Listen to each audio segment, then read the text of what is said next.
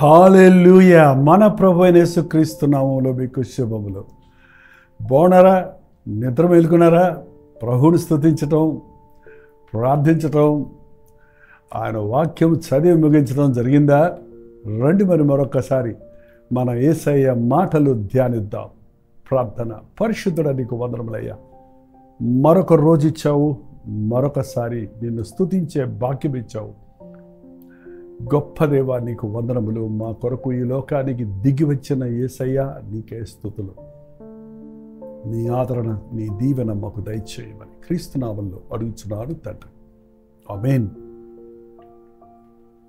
ఎలా ఉన్నారండి? సంవత్సరాంతంలో క్రిస్మస్ సందడి ఎక్కడ చూసినా క్రిస్మస్ అని, క్రిస్మస్ క్యారల్స్ అని, క్రిస్మస్ మీటింగ్స్ అని, సెలబ్రేషన్స్ అని, మరి ఎన్నో ఆర్భాటాలు జరుగుతున్న మాట వాస్తవమే. కానీ మీరు గమనించి చూస్తే ఈ సంతోషాల మధ్యలో కూడా, ఈ ఆర్భాటాల మధ్యలో కూడా ఈ సంతోషము లేనివారు, ఈ శాంతి సమాధానాలు లేనివారు, రక్షకుడు ఉన్నాడు అన్న సంగతి ఎరగని వారు, యేసు ప్రభువుని ఎరిగానని చెప్పుకుంటూ ఆయన ప్రేమను రుచి చూడని వారు, ఆయన శక్తిని అనుభవించిన వారు మరి ఎందరో ఉన్నారు.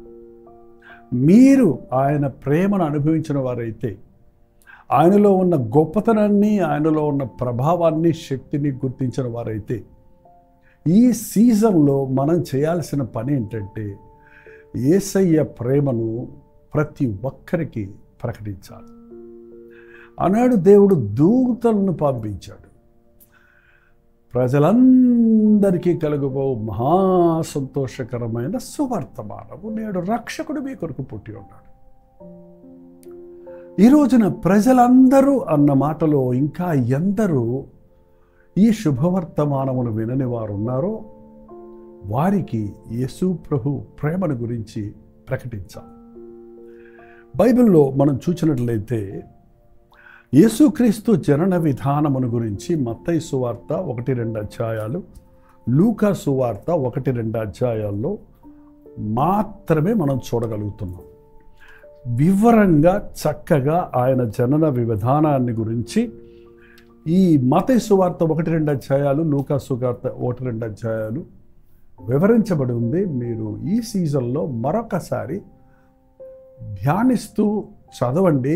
దేవుని ప్రణాళిక, దేవుని ఏర్పాటు, ప్రభు రాకడ, ప్రభు మన కొరకు చేసిన యాగం, త్యాగం, ఆయన తగ్గింపు, ఆయన దీనత్వాన్ని గుర్తించుకోగలుగుతాం. అంతేకాక ఆయన ఎందుకు ఈ లోకంలో జన్మించాడు, ఆయన జన్మించినప్పుడు ఏం జరిగింది అనే విషయాలు మనంతట మనం మరింతగా మనకు అవసరమైన రీతిగా మనకు అనునయించుకుంటూ సందర్భాన్ని ధ్యానించగలుగుతాం.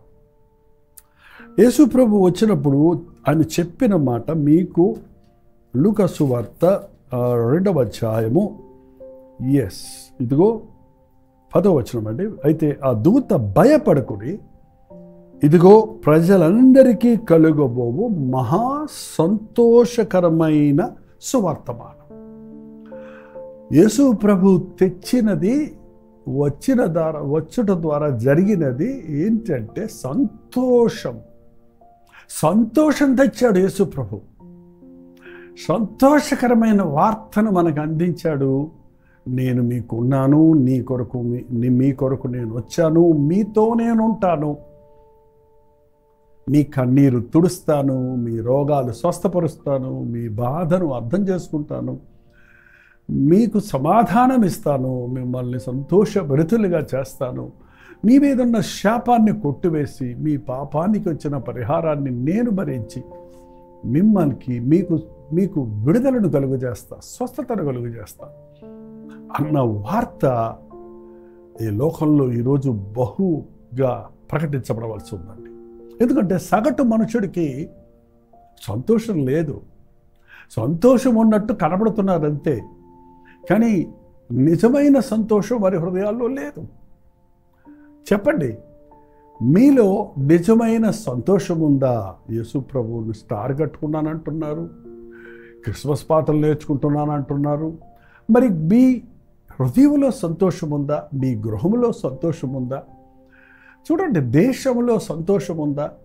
సంతోషకరమైన మాటలు న్యూస్ వింటున్నామా, లేక బాధకరమైన సంగతులే వింటున్నామా అని ఒకసారి గమనిస్తే ప్రపంచాలలో పోరాటాలు, నాయకులకు సంతోషం లేదు, దేశాలలో సంతోషం లేదు, అక్రమం పెరిగిపోతుంది, అన్యాయం పెరిగిపోతుంది, యవనస్తులు డ్రగ్ అడిక్ట్స్ అయిపోతున్నారు, మన యొక్క సరిహద్దులలో నుండి డ్రగ్స్ లోపలికి వచ్చేస్తున్నాయి, సరిహద్దులలో సమాధానం లేదు, కలవరాలతో ఉన్నారు, యుద్ధాలతో ఉన్నారు, అనేక రకాలైనటువంటి ధరలు పెరిగిపోతున్నాయి అంటున్నారు, ట్యాక్సీలు కట్టలేకపోతున్నాం అంటున్నారు, ఉద్యోగాలు దొరకటం లేదంటున్నారు కదండి.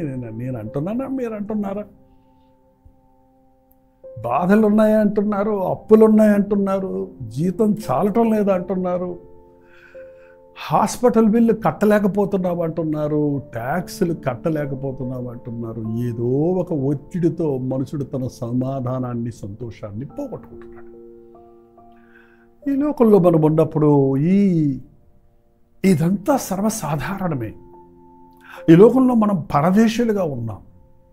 ఒక పరదేశీ అంటే వేరే దేశంలో ఒక వ్యక్తి ఉన్నప్పుడు తనకి తన దేశంలో ఉన్నంత స్వతంత్రత ఉండదు కదా. అక్కడున్న నియమాలను, అక్కడున్న పద్ధతులను, అక్కడున్న రీతిగా మనం బతకాలి కదా. మనకు కావలసిన ఆహారం అక్కడ దొరకదు కదా, అక్కడ ఉన్నది మనం తిని సరిపెట్టుకోవాలి కదా. మనం ఆశించిన వాతావరణం అక్కడ రాదు కదా, అక్కడ వాతావరణానికి మనం అడ్జస్ట్ అవ్వాలి కదా. అలాగే మనం ఈ లోకంలో పరదేశులుగా ఉన్నాము కనుక, మన ప్రయాణంలో ఉన్నాము కనుక చూడండి, ప్రయాణంలో మనం ఒక చోటకి యాత్రకి వెళ్ళినప్పుడు వాడు ఆ యాత్రకి తన సకల సౌకర్యాలను తీసుకొని వెళ్ళగలడా? తన మంచి బెడ్ తీసుకొని వెళ్ళగలడా? మంచి ఫ్యాను, ఏసీలు పట్టుకొని వెళ్ళగలడా? ఏంటంటే మంచి కుక్కర్లు అవన్నీ పట్టుకొని వంటగదిలో ఉన్న గ్రాసరీస్ అన్నీ వెంట పెట్టుకొని వెళ్ళగలరా? ఏదో ఒక చోట ఏదో ఒకలాగా ఏ ఆకులోనో భోజనం చేస్తూ ఏదో ఒక చిన్న వస్త్రాలు, ఒకటి రెండు వస్త్రాలు వెంట పెట్టుకొని వెళ్ళి ఎక్కడో ఒక చోట అడ్జస్ట్ అయిపోతాం. అలాగే ఈ లోకంలో మనం పరిస్థితులను చూసి కృంగిపోకుండా, ఈ కొంచెం కష్టం కొంచెం రోజులే, ఈ పరిస్థితులు కొంచెం రోజులే, నా దేశం ఈ దేశం కాదు, నా కొరకు దేవుడు నివాస స్థలములు సిద్ధపరిచాడు, ఆయన త్వరలో రాబోతున్నాడు, ఆయన ఉండే స్థలములో నేను ఉండులాగున నన్ను తీసుకొని వెళ్ళబోతున్నాడు అన్న విశ్వాసం మనం కలిగి ఉన్నప్పుడు, కష్టాల మధ్యలో కూడా మనకు ఉపశమనం దొరుకుతుంది. విశ్వాసం కలిగినప్పుడు మనం ధైర్యంగా ప్రభు కొరకు ఆశ కలిగి ఉంటాం. యేసయ్య ఉన్నాడు అన్న దానికంటే మించిన సంతోషం మన జీవితంలో మరి ఏదై ఉండకూడదండి. ప్రభుతో మనం ఉంటే అది ఎక్కడున్నా క్షేమమే, అది ఎక్కడున్నా మేలే, ఎక్కడున్నా ఆయన సమాధానకర్త. కాబట్టి మనకు సమాధానానికి కొరత ఉండదు. ఈ సంవత్సరాంతంలో పండుగ దినాలలో మన సమాధానాన్ని పాడు చేయడానికి చెప్పాలంటే సాతాను ఎన్నో విధాలుగా ప్రయత్నిస్తుంటాడు. కానీ మీరు పాడు చేసుకోకండి. పరిస్థితులను బట్టి మీ హృదయంలోని సంతోషాన్ని ఆధారపడనివ్వకండి. ఎవరేమన్నా, ఏది ఎలా ఉన్నా, ఎవరు తీసివేయలేని సంతోషం నా యేసయ్య నాకు ఇస్తాడు. పరిశుద్ధుడైన పౌలు అదే చెప్పాడు. ఆయన చెరసాల్లో ఉన్నాడు, అవమానాలు పాలయ్యాడు, నిందలు పాలయ్యాడు, శ్రమలు పాలయ్యాడు. ఆయన హింసించారు, దూషించారు, చెరలో పెట్టారు. అయినప్పటికీ ఫిలిప్పీలకు రాసిన పత్రికలో ఆయన చెప్పాడు, ప్రభువునందు ఆనందించండి. మరల చెప్పుదును, ప్రభువునందు ఆనందించండి. నువ్వు జైల్లో ఉన్నా, నువ్వు ఇంట్లో ఉన్నా, నువ్వు వీధిలో ఉన్నా, నువ్వు కరువులో ఉన్నా, నువ్వు కష్టంలో ఉన్నా, ప్రభు ఉన్నాడు అన్న దానిని బట్టి ఆనందించండి. యేసు ప్రభువును మీరు మనస్ఫూర్తిగా నమ్మితే, మీ గుండె నిండా యేసయ్యను మీరు నింపుకుంటే, ఈ లోకం మన మీద ప్రభావం చూపించదు. ఎందుకు వచ్చాడు యేసు ప్రభు ఈ లోకానికి? ఆయన మనల్ని రక్షించడానికి వచ్చాడు. ప్రజలందరినీ రక్షించాలని వచ్చాడు. ఇదిగో ప్రజలందరికీ కలుగబో మహాసంతోషకరమైన సువర్తమానం నేను మీకు తెలియజేయుచున్నాను. ఏంటది? దావీదు పట్టణమందు నేడు రక్షకుడు మీ కొరకు పుట్టి ఉన్నాడు. మనల్ని రక్షించే ప్రభు, మనల్ని కాపాడే ప్రభు, మనల్ని స్వస్థపరిచే ప్రభు, మన శాపాన్ని కొట్టివేసే ప్రభు, మన మరణాన్ని మింగివేసిన ప్రభు, మనకు నిత్య జీవాన్ని ఇవ్వడానికి యేసుక్రీస్తు ఈ లోకంలోనికి వచ్చాడు. హల్లెలూయా. యేసు ప్రభు నందు ఆనందించండి. పండగ సంతోషం అంటే బహిరంగమైన అట్టహాసాలు ఆర్భాటాలు కాక యేసునందు ఆనందించండి. నా రక్షకుడు నా కొరకు జన్మించాడు, నా రక్షకుడు నా కొరకు సజీవుడిగా ఉన్నాడన్న విషయాన్ని బట్టి మనం ఆనందించవలసి ఉంది. ఖచ్చితంగా మనకున్న శ్రమలు, శోధనలు, పోరాటములు, వాటిని మనం ప్రభు దగ్గర చెప్పుకుంటే మనకు విడుదల దొరుకుతుంది. ఎందుకంటే ఆయన మన రక్షకుడు, మన సంరక్షకుడు, మనల్ని కాపాడేవాడు, మనల్ని పోషించేవాడు, మనల్ని భద్రపరిచేవాడు, మనల్ని ఆదరించేవాడు. ఇంత గొప్ప యేసయ్య ధ్యాస మనలో ఉంటే మిగిలిన విషయాలు మనల్ని కలవరపరచవండి. ఏదుంది ఏది లేదు అనే దాని గురించి ఆలోచించుకోకుండా యేసయ్య నాకు ఉన్నాడు అన్న ధైర్యంతో, విశ్వాసంతో జీవించండి. మీకు చేతగాని, మీరు చెయ్యలేని, మీకు అలివిగాని విషయాల గురించి మీరు చింతించుకుంటూ కూర్చోవటం వల్ల ఏం జరుగుతుంది? మీరు ఎంత చింతించినా అది మీకు చేత కాదు కాబట్టి మీకు అది కలగదు, మీరు చెయ్యలేరు. కాబట్టి మీ భారాన్ని ఆయన మీద వేయండి, మీ భారాన్ని దేవునికి అప్పచెప్పండి.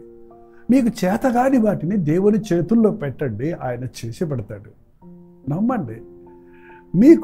మీకు కుదరని విషయాల గురించి మీరు కూర్చొని ఏడుస్తూ ఉండటం వల్ల ప్రయోజనం లేదు. కానీ యేసయ్యకు అప్పచెప్పి దేవుని యందు ఆనందించండి. నా ప్రభువు చూసుకుంటాడు, నా ప్రభువు చూసుకుంటాడు. యెహోవా ఈరే, నా కష్టాన్ని ఆయన చూసుకుంటాడు, నా కొరతను ఆయన చూసుకుంటాడు, నా సమస్యను ఆయన చూసుకుంటాడు, నా స్థితిని ఆయన బాగా ఎరుగున్నాడు అన్న విశ్వాసం కలిగిన వాడు నిత్యము దేవుని యందు ఆనందించగలుగుతాడు, ఆయన సమాధానముతో ఉండగలుగుతాడు.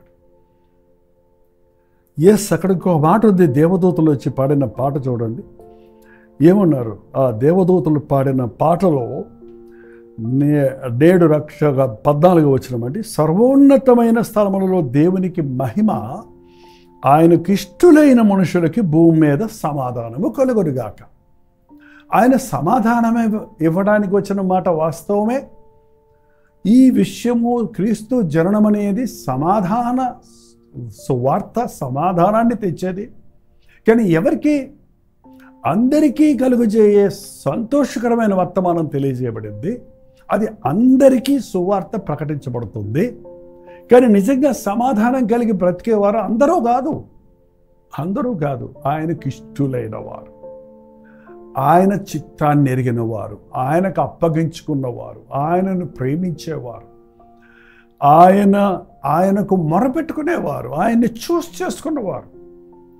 యేసుక్రీస్తు నాకు కావాలి అన్నప్పుడే నీకు సమాధానం. ప్రభువా నా జీవితం నీకు అప్పగిస్తున్నాను అన్నప్పుడే నీకు సమాధానం. నీ సమస్యలు నీ ముందే పెట్టుకొని నువ్వే పరిష్కరించుకుంటూ నాకు సమాధానం రాలేదే అంటే ఎలా వస్తుంది?